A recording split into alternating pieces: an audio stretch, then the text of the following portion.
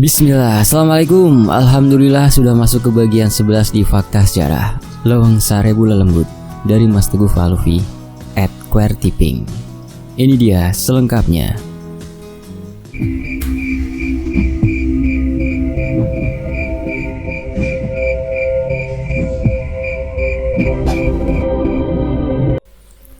Tiba-tiba ketika tepat masing-masing kaki Gama dan Budi melewati batas leweng sasar dengan ujung kampung Wetan Tilas Jajah, suara teriakan itu terdengar jauh berkali-kali lipat lebih kencang dari sebelumnya, diikuti meong hideng yang berlari terpincang-pincang. Mereka tidak akan bisa keluar lagi dari leweng sasar kecuali kita benar-benar menguncinya, ucap Gama kembali memejamkan matanya, melihat semakin banyak sosok-sosok hitam penuh bulu itu masuk secara bersamaan. Pasir yang kamu taburkan di dekat dua batu besar itu sedang bekerja, Bud, lanjut Gama. Aku paham, Gam. Siapa yang harus aku habisi agar leweng ini benar-benar rapat?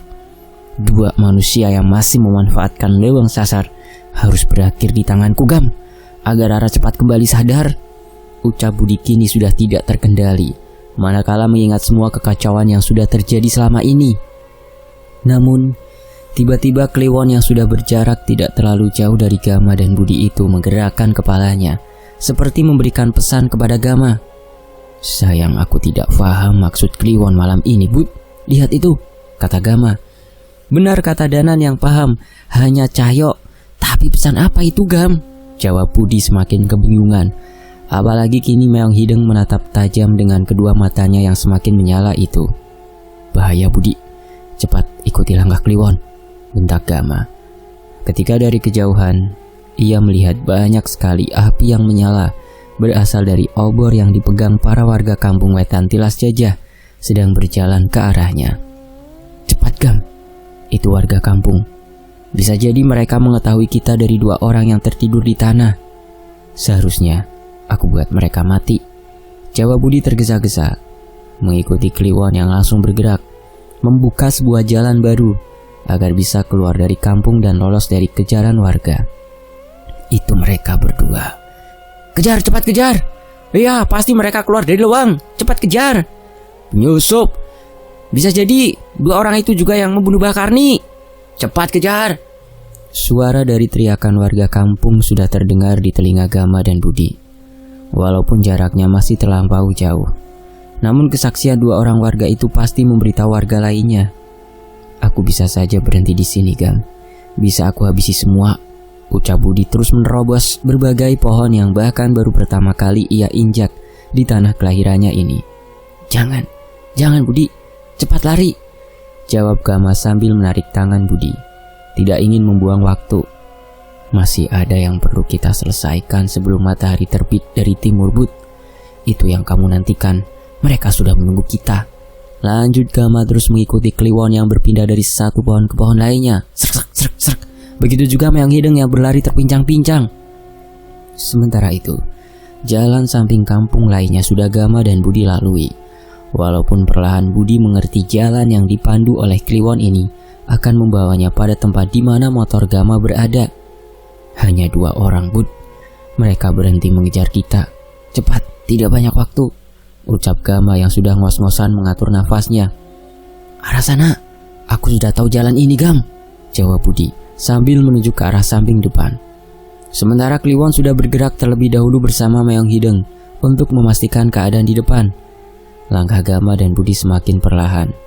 Masing-masing dalam dirinya memastikan bahwa mereka berdua tidak salah mengambil langkah agar tidak berurusan dengan warga kampung Wetan Tilas Jajah. Kita harus cepat ke rumah Mimin, bisik Gama, membuat Budi langsung menahan pundak Gama sedikit memaksa untuk menunduk. Sebentar, Gam, itu lihat, ada 3 orang lagi yang harus kita lalui dan warga yang ada di ujung kampung pasti cepat kembali lagi, bisik Budi. 3 orang warga itu terus saja memutarkan tubuhnya. Obor-obor di tangannya itu tidak pernah lepas lagi. Apalagi satu orang sudah membawa senter lampu yang diarahkannya ke berbagai sudut. Ada penyusup, 2 orang, masuk ke leweng sasar. Tiba-tiba Gama dan Budi dibuat kaget. Manakala orang yang baru saja datang itu ternyata salah satu yang sudah dibuat Budi tergeletak di atas tanah. Bahkan pakaian kotornya itu masih dikenakan orang itu, sambil berkali-kali memegang bagian lehernya.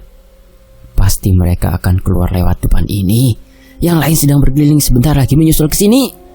Tidak mungkin mereka berenang melewati sungai, bisa mati konyol. Apa ciri-cirinya? Dari tadi kita bertiga di sini berjaga tidak ada tanda-tanda. Berambut gondrong, badannya kekar. Satunya lagi biasa aja. Ingat, hati-hati kalian, jangan sampai mereka lolos. Harus kita ketahui apa tujuan mereka. Gama terus saja berpikir mencari cara apa yang harus segera mereka lakukan. Sementara ucapan Ki Dudui yang pernah sampai di telinga Gama langsung berbuah bukti. Karni, si pengkhianat itu benar-benar harum namanya setelah Budi habisi sampai tidak bernyawa. Maaf Gam, aku tahu caranya. Ini yang akan mempersingkat waktu. Akan aku hadapi mereka berempat. Kamu loloskan diri ketika mereka aku pancing mendekat. Tunggu aku di tengah jembatan saja, kata Budi sambil tersenyum ke arah Gama. Perlahan tangannya bergerak ke balik punggung. Bud, jawab Gama langsung menepis perlahan tangan Budi. Tidak ingin ada nyawa lagi yang melayang sia-sia dalam masalah ini. Walaupun sudah melihat dari mereka bertiga, sudah terdapat golok yang menempel di bagian pinggangnya. Aku janji Gam, mereka akan tetap hidup. Ketika aku melangkah ke depan, kamu bergerak ke samping dengan cepat. Lalu, bawa motor itu, aku akan nyusul. Ucap Budi sudah menatap ke arah mereka berempat dengan tatapan tajamnya. Ingat pesan aku, Bud. Bisik Gama sudah bersiap. Budi hanya menganggukkan kepalanya. Sementara Kliwon masih berdiam diri di atas pohon. Begitu juga dengan Meong Hideng yang berada di dekat kaki Gama. Itu bukan orangnya, teriak salah satu warga, mendapati Budi dengan rambut gondrongnya hampir menutupi seluruh bagian wajahnya. Benar itu orangnya yang sudah memukul saya. Mereka berempat di luar dugaan Gama yang baru saja akan mengambil langkah seribunya. Tiba-tiba mengeluarkan golok. Namun sama sekali raut wajah Budi tidak memperlihatkan rasa takut. Apa tujuanmu ke kampung ini, penyusup? Teriak salah satu warga, sudah mengeluarkan goloknya dan diarahkan satu jajar dengan wajah Budi. Sambil terus mendekat meninggalkan pos penjagaannya, langsung terkena umpan Budi. Jawab, aku buat mati kamu, atau kamu yang membunuh Bakar nih, ha? Jika keadaan mendesak, bantu Budi, bisik Gama ke Meong Hideng sambil mengelus kepalanya.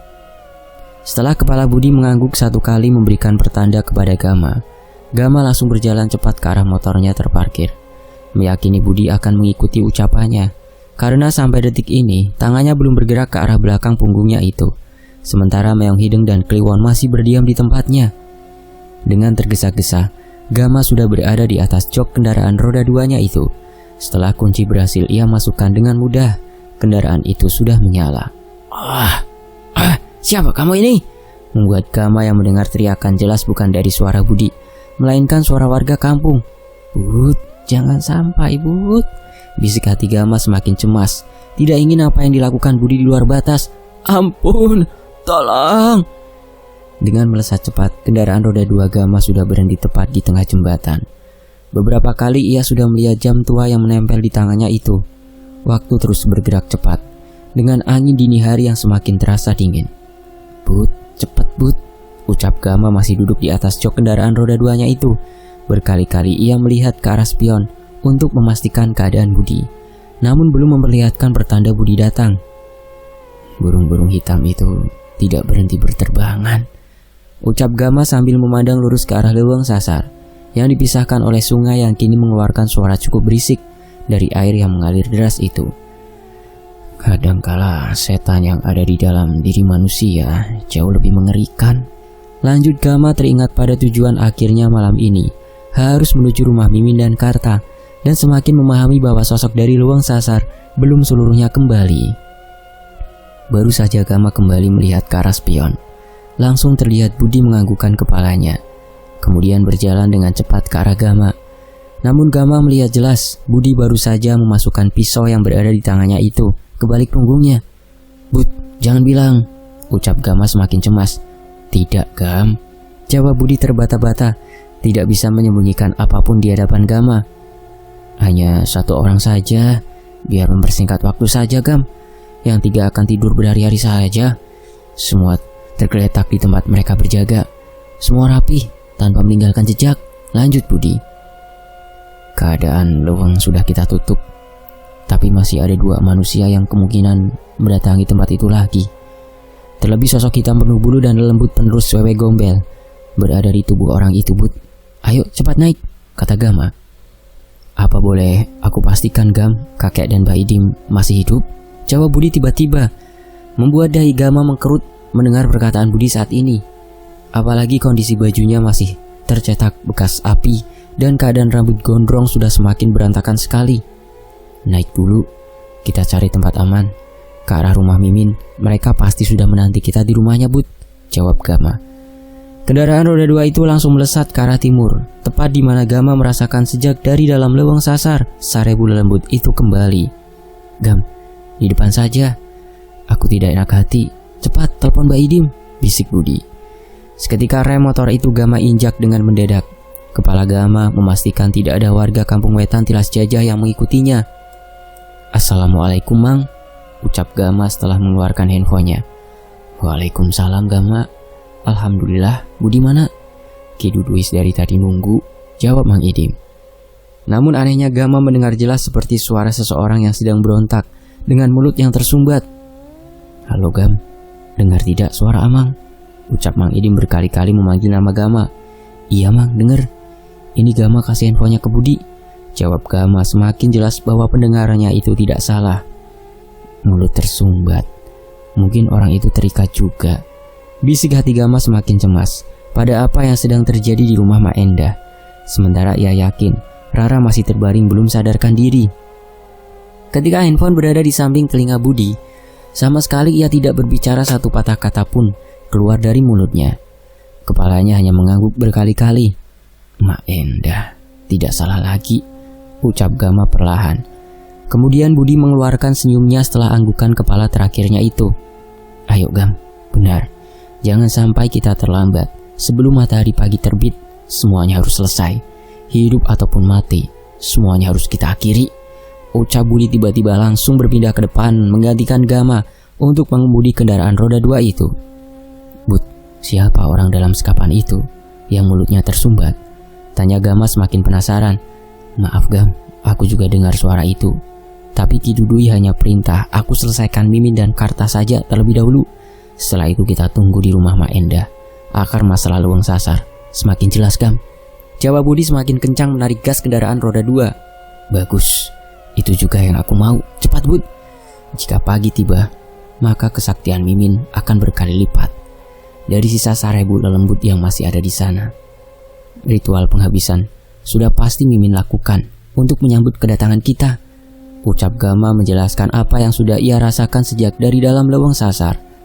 Mungkin setelah aku bawa kepala Mimin dan Karta terpisah dari tubuhnya ke hadapan ibu dan mertua perempuan Karta, semuanya semakin jelas, jawab Budi, sudah memahami hal apa saja yang akan diperbuat untuk berhadapan dengan Mimin untuk yang kedua kalinya dalam satu malam. Sementara itu, di tempat kediaman Mimin Kusuma Putri, seorang perempuan dengan hanya mengenakan kain tipis berupa selendang hitam yang kini hanya menutupi sebagian tubuhnya, sedang berjalan tergesa dari halaman belakang rumahnya nan luas, bersamaan dengan angin dini hari yang sudah berembus, membawa dinginnya itu sedari tadi. Mimin, ini ada apa sebenarnya? Tanya Karta penasaran. Sudah membekas sebuah luka yang cukup dalam di bagian dada dan wajahnya itu, bekas cakaran meong hidung yang belum benar-benar kering. Karta terus mengikuti langkah Mimin yang semakin cepat, dengan hanya bertelanjang dada. Seluruh tubuhnya sudah berwarna hitam, membekas sisa kemenyan hitam. Sudah ditanamkan Mimin, sosok hitam dari leweng sasar yang tersisa di tubuh Karta. Min, jawab, ada apa ini? Tanya Karta kedua kalinya. Sudah diam, tutup mulutmu, bentak Mimin, tiba-tiba menatap kesal ke arah Karta. Baik tuanku, jawab Karta tanpa ia sadari perkataan itu keluar begitu saja dari mulutnya. Hanya payudara yang menggantung panjang yang ikut bergerak, manakala Mimin sedang menaiki satu persatu anak tangga agar sampai di lantai 2 rumahnya. Karta tetap melihat kecantikan Mimin yang berkali lipat, walaupun ketika Mimin melintasi setiap cermin atau kaca yang berada di dalam rumahnya yang sudah gelap, wajah Mimin yang hancur, penuh belatung, dan rambutnya yang panjang menjulang berantakan adalah penampakan asli wujud Mimin dini hari ini. Sialan, mereka sudah tidak lagi memenuhi halaman rumah ini, ucap Mimin dengan kesal. Ketika memperhatikan sekitar rumahnya dari lantai 2 itu, sosok Sarebu lelembut dari leweng sasar yang sebelumnya berhasil ia undang, kini sudah hilang begitu saja. Kemana mereka, Min? Apa ini tanda bahaya untuk kita? Ucap Karta tiba-tiba dengan sangat panik. Terus saja memandang Mimin penuh dengan rasa nafsu birahi yang bergejolak dalam dirinya. Pagi tinggal beberapa jam lagi. Jangan sampai dini hari ini, ucap Mimin. Namun tiba-tiba berhenti manakala mendengar suara hentakan kaki besar tiba di kamar yang sudah ia kunci. Sebuah tempat untuk melakukan ritual. Min, itu datang, ucap Karta sambil melihat ke arah pintu kamar. Duh. Pukulan dari tangan yang besar dari makhluk hitam penuh bulu sudah mendarat berkali-kali, memberikan pertanda untuk Mimin. Jangan cemas, Karta. Waktunya sudah tiba. Berarti ini benar-benar dalam bahaya. Akan aku panggil lagi Sarebu lembut dari leweng sasar untuk menjaga dan menghabisi musuh-musuh kita. Tunggu di sini, ucap Mimin sambil melemparkan senyum paling manis yang pernah Karta lihat, berjalan dengan cepat ke arah kamarnya untuk mengambil kunci yang Mimin simpan di laci lemari yang mempunyai cermin. Akan aku selesaikan semuanya. Nikmatilah persembahan terakhirku ini. Sebagai penerus yang patuh, akan aku ambil kembali Rara. Aku janji. Bisik hati Mimin sempat menoleh ke arah cermin sambil mengambil beberapa belatung yang menempel di wajahnya. Lalu mulutnya perlahan terbuka, mengunyahnya dengan perlahan. Sementara itu, tunggu Karta, ritual kali ini tidak akan lama, ucap Mimin sudah memasukkan kunci ke lubang pintu sambil melemparkan senyum manis untuk yang kedua kalinya. Tapi Min, teriak Karta. Ceklek. Manakala pintu terbuka, Hasa putih yang pekat tiba-tiba keluar bak sebuah sambutan untuk Mimin yang baru saja melepaskan selendang yang sedari tadi menutupi tubuhnya. Mimin, teriak Karta semakin kencang, membuat Mimin sedikit menolehkan wajahnya yang tiba-tiba bisa Karta lihat sudah sangat pucat dan berjalan aneh dengan cara sempoyongan masuk ke dalam kamar untuk menyerahkan tubuhnya pada sosok hitam penuh bulu yang sudah menantinya itu. Seperti mayat. Apa Mimin sudah mati? Ucap Karta tiba-tiba ketika mendengar suara pintu terkunci. Wajah Mimin yang menoleh barusan tetap terbayang jelas dalam pikiran Karta. Perasaan gusar dan cemas sudah kembali Karta rasakan. Sambil terus berdiri, seluruh tubuhnya banjir keringat, namun tidak mampu membuat bekas kemenyan hitam itu luntur dari tubuhnya. Ampun, sakit. Tolong Karta. Suara dari mulut Mimin sudah Karta dengar dengan jelas. Bersamaan angin kencang berkali-kali membuat beberapa jendela besar di lantai 2 rumah itu ikut bergetar. Bersamaan suara teriakan kencang dari balik pintu itu terus Karta dengar. Tidak biasanya Mimin berteriak meminta tolong. Bisik hati Karta semakin cemas, membuat ia bergerak mendekat ke arah pintu.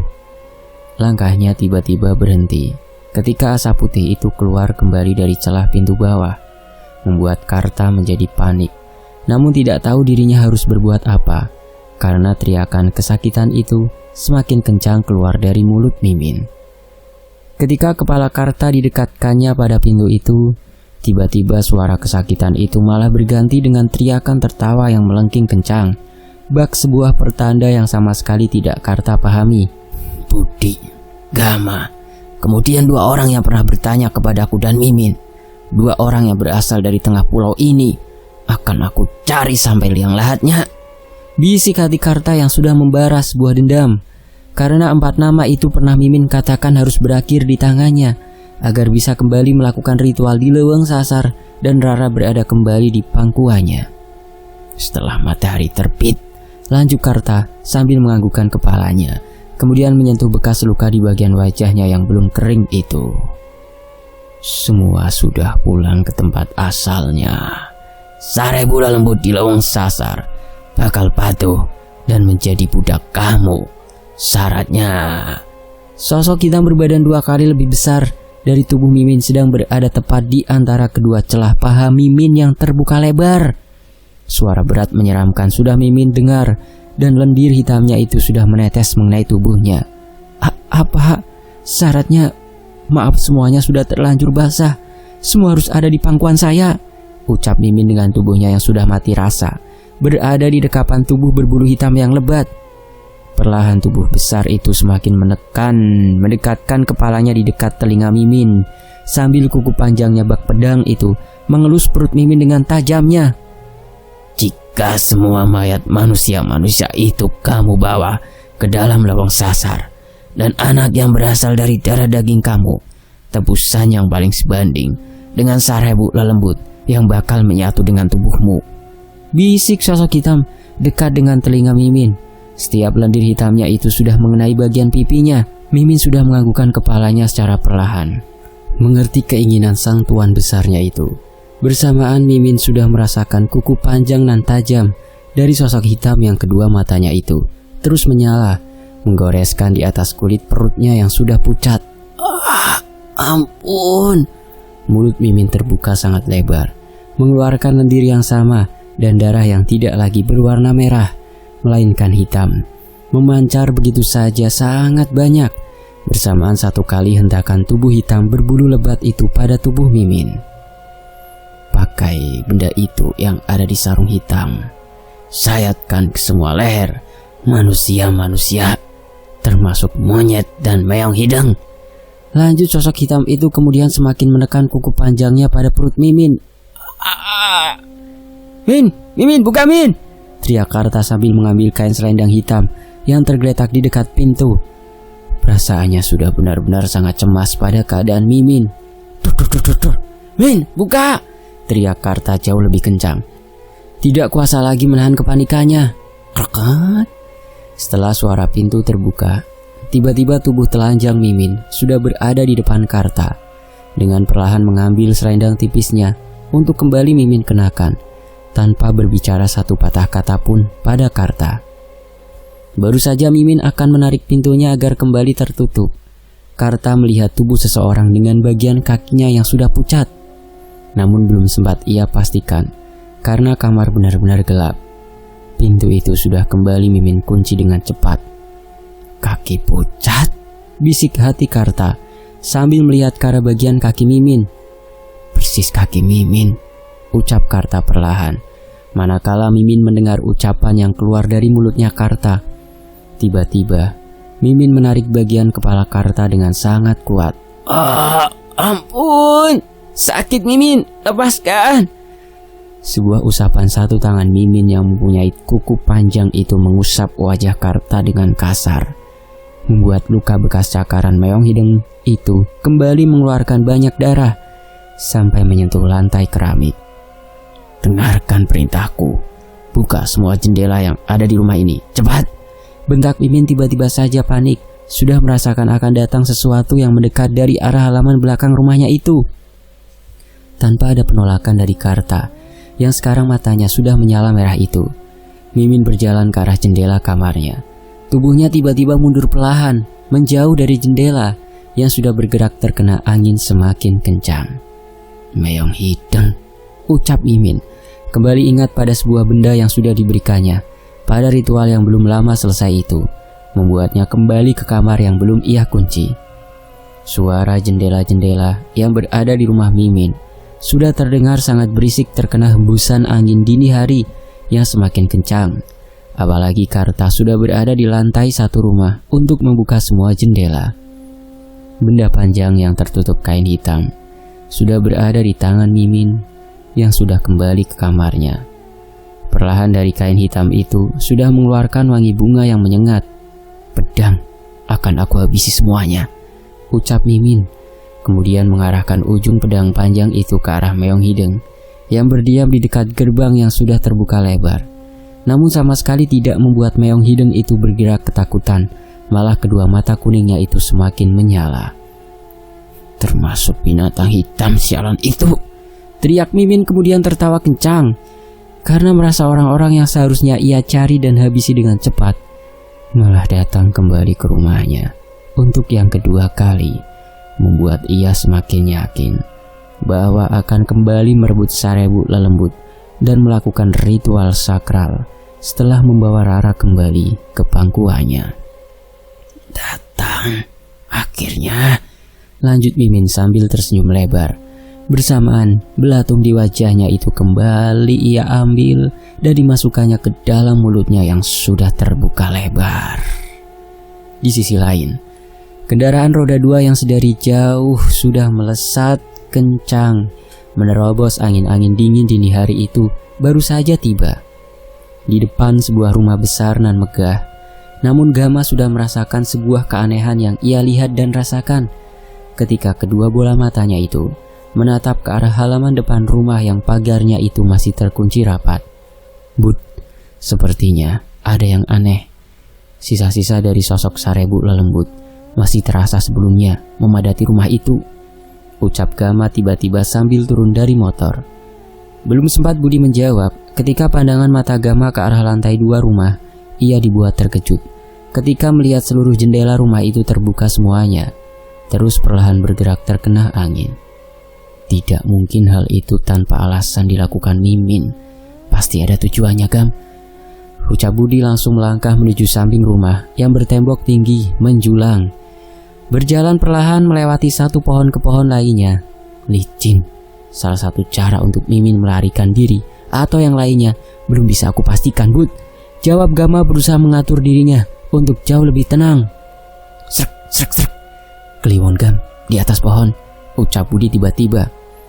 Apa yang Cahyo titipkan sangat berguna. "Di depan juga sudah ada meong hideng, Bud. Lihat," jawab Gama. Walaupun setelah itu kulit di dahinya mengkerut heran melihat dua mata meong hideng yang sudah menyala kuning menatap tajam ke arah salah satu jendela di lantai 2. "Ayo, Gam, cepat. Aku sudah tidak sabar," ucap Budi berjalan ke arah meong hideng dan Kliwon yang ada di atas salah satu pohon. Mimin dan Karta pasti tidak akan tinggal diam menyambut kedatangan yang kedua kali ini. Bisik hati Gama sudah mendengar terlebih dahulu suara berisik dari arah rumah Mimin yang kini masih terhalang sebuah tembok, membuat bulu pundaknya seketika berdiri. Beberapa langkah Gama dan Budi akan sampai ke sebuah gerbang besi yang masih terbuka lebar. Sama seperti sore tadi ketika Gama membawa Budi dari siksaan Karta yang menggila.